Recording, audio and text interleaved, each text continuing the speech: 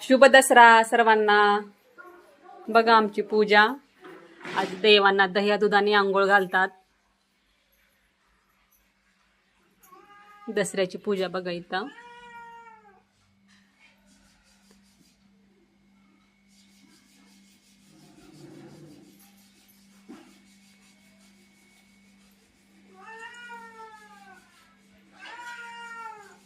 फुलं आणलेली आहेत हार करण्यासाठी.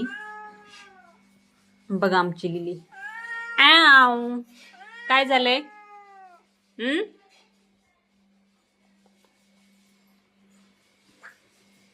बघा त्यांच्या पोळ्या. आत्या हाय, शुभ दसरा सर्वांना. सर्वांना शुभ दसरा असं म्हणतात आत्या. अशी टम्म पोळी फुगली.